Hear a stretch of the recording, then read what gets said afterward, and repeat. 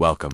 Let the noise of the present slip away. Allow your breath to slow, your shoulders to soften, and your mind to open to another time. A time of empire, of dust, of sandals, grinding against the dry earth under a pitiless sun. Tonight, we journey back to the heart of the ancient world, to the sprawling expanse of the Achaemenid Persian Empire, a land of gold, of kings, of towering stone reliefs, but also of aching feet, endless marching, and the quiet, hungry dread of men whose names we do not know. You are not a king. Tonight, you are a foot soldier, one of thousands, anonymous in the ranks, a man made of muscle, will, and dust. Our journey begins not in the palace, but in the camp, and it begins, as all your days do now, with the trumpet's call. Imagine yourself waking in the pre-dawn chill of a campaign camp somewhere along the road to Greece. The air is thin and dry, cold, but already hinting at the heat to come. You sleep on a mat of reed and wool, laid directly on the hard-packed earth. Around you, others stir, men like you, from every corner of the empire. Medes, Elamites, Bactrians, Egyptians, even you don't share a language, but you share the same aching bones. There is no time for comfort. A crude meal is passed down the ranks, a mash of barley, perhaps a salted fish if you're lucky, and tepid water drawn from a goatskin bag. There is no privacy, no real rest, just the constant motion of empire. Your sandals are cracked from days of marching. They bite into your heels, chafed raw by dust and sweat. Your tunic, once white, is stained ochre with old blood and dirt. You stink, but so does everyone else. There is little point in minding it. The officers bark in old Persian, relayed down by translators, then by gestures. Form ranks, shoulder your wicker shield, hoist your spear. Another day of walking, always walking. The heat rises steadily. By midday, the sun glares white in a cloudless sky. The road is made not of stone, but of sand and rock and endless promise. You pass the ruins of older places, burned villages, trampled fields, and still the line marches on. You carry your world on your back. Food, water, bedroll, spare shoes, even fire-making tools. The army is vast. Some say over 100,000 men, but to you, it is a series of calloused feet, murmured prayers, and the low groan of pack animals straining under their burdens. And then there are the fires. At night, the camp is lit with hundreds of small flames. Smoke from camel dung fires hangs low in the air, bitter and acrid. You huddle near yours, not for warmth, but for the comfort of routine. The meat is tough, the bread, coarse. You miss the taste of figs, you miss soft beds and quiet evenings. But tomorrow, you march again. You do not ask why. Xerxes commands, and the world moves. Yet somewhere deep inside, as you stare up at the stars through the haze of your own fatigue, you wonder if the Greeks, these strange enemies with their hilltop cities and defiant spears, truly deserve all this trouble. And then sleep takes you, briefly, until the trumpet sounds again.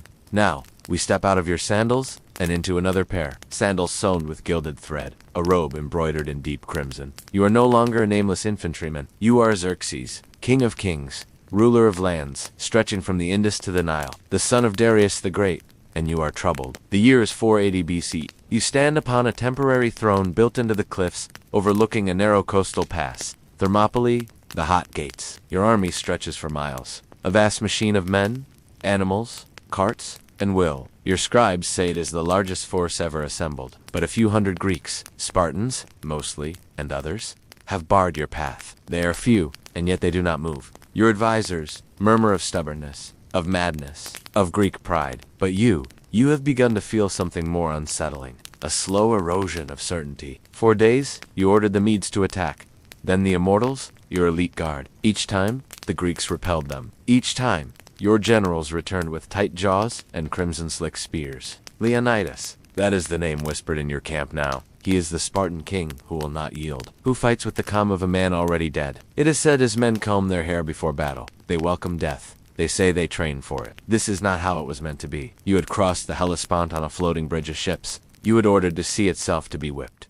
When storms delayed your fleet, you had believed, known, that the world was yours to command. Now, you watch a narrow pass choke your mighty ambitions. But then, a message comes. A path. A goat track through the hills that leads behind the Greek position. You do not smile. You do not gloat. Instead, you give the order with quiet finality. The dawn is red when the Persians descend upon the Greeks from behind. Leonidas stands and falls with his men, as the storm of your empire swallows them whole. But still, you do not feel victorious. You do not cheer. You merely watch. You have crushed a few hundred men, but they will speak of this stand, whisper of it for centuries to come. And somewhere in the marrow of your bones, you feel it. This war will not be easy, nor will it be glorious. And perhaps, When you are gone, it will not be you they remember, only the king who stood and fell. Long after the soldiers have marched, and the kings have ruled, the earth forgets, or so it seems. Deep in the rugged cliffs of modern-day Iran, not far from Persepolis, lie the tombs of kings whose names once bent nations to their knees. Darius the Great, Artaxerxes, Xerxes himself. Their resting places, carved high into stone,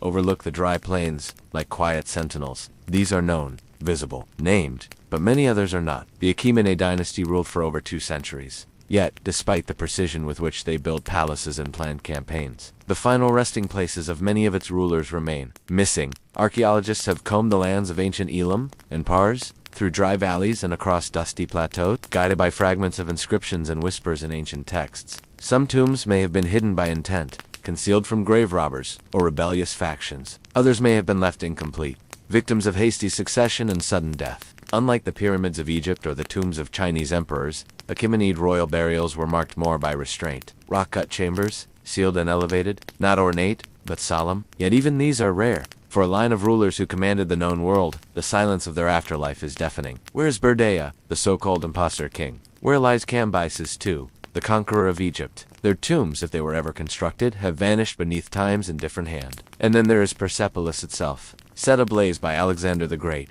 its stones cracked under the weight of fire and revenge. What tombs, what records, what memories were lost in that single act of ruin? The great royal road, which once bore tribute from Susa to Sardis, is quiet now. Travelers no longer bring gold or silk, but tools and notebooks, hoping the past might reveal itself with one more careful brushstroke, one more shaft of morning light catching the edge of something buried. And still, the tombs remain hidden. Perhaps they lie just beneath the soil, beneath the feet of sheep herders and dry weeds, or perhaps the kings themselves wished to vanish. Now, let us leave the battlefield and the tomb behind. Let us ascend, not into myth, but into shade, into cool marble halls, where fountains murmur softly and pomegranate trees lean gently over walled courtyards. You are no longer a soldier, nor a king of kings. Tonight, you are nobility, a satrap perhaps, or a favored courtier in the city of Susa. The year is quiet, a year between rebellions, between royal decrees, and life. Life is something closer to ease. The air here is perfumed, not by incense alone, but by the scent of flowering orange trees, of rosewater gently dabbed upon silk. Your robes are long and flowing, dyed deep indigo threaded with gold. Your hands are... You hold scrolls, not spears. This is not the Persia of war, but of reflection, of gardens. The paradisical-walled paradise is the soul of elite Persian life. Within these meticulously cultivated spaces, nature is tamed but celebrated. Every tree is planted with intention. Water channels wind like veins through the earth, whispering of balance, of order, of divine symmetry. You walk here in the cool of morning, before the sun claims the sky. You debate with poets, receive emissaries, or merely sip watered wine and listen to the wind move through cypress branches.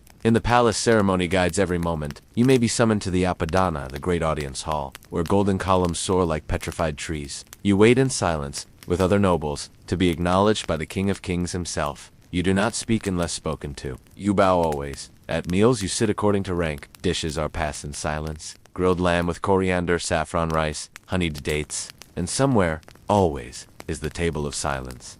A symbolic place set for those who came before. It is not touched. It is not spoken of, but it reminds you, gently, firmly, that power is fleeting, and that even the richest robe becomes a shroud in time. In the evening, music drifts from the inner chambers. Harps, flutes, the soft beat of a framed drum. Women in flowing gauze dance for no audience but themselves, casting shadows on stucco walls painted with peacocks and lions. You lie back on a cushioned couch, the marble floor cooled beneath your bare feet, and for a moment, you believe the world may truly be as ordered and beautiful as this garden. But far beyond these walls, armies still march. The empire hums, and time moves forward, as it always does. Conclusion. The dust and the dream.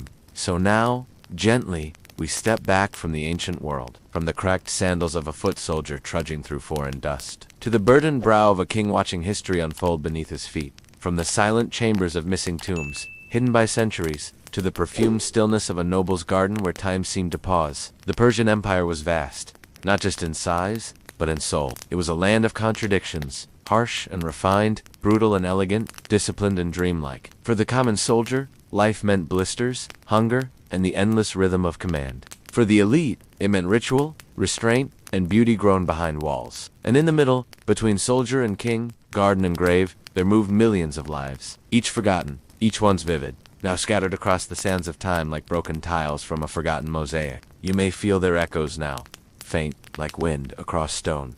As your breath slows and your body softens into stillness, the empire's quiet now, the fires are out. The sandals are laid by the door, and the gardens? Well, the gardens are still blooming. Somewhere, sleep now, traveler. Let the dust settle, let the past keep its stories a while longer. And when you wake, it will still be there, waiting, whispering, gently,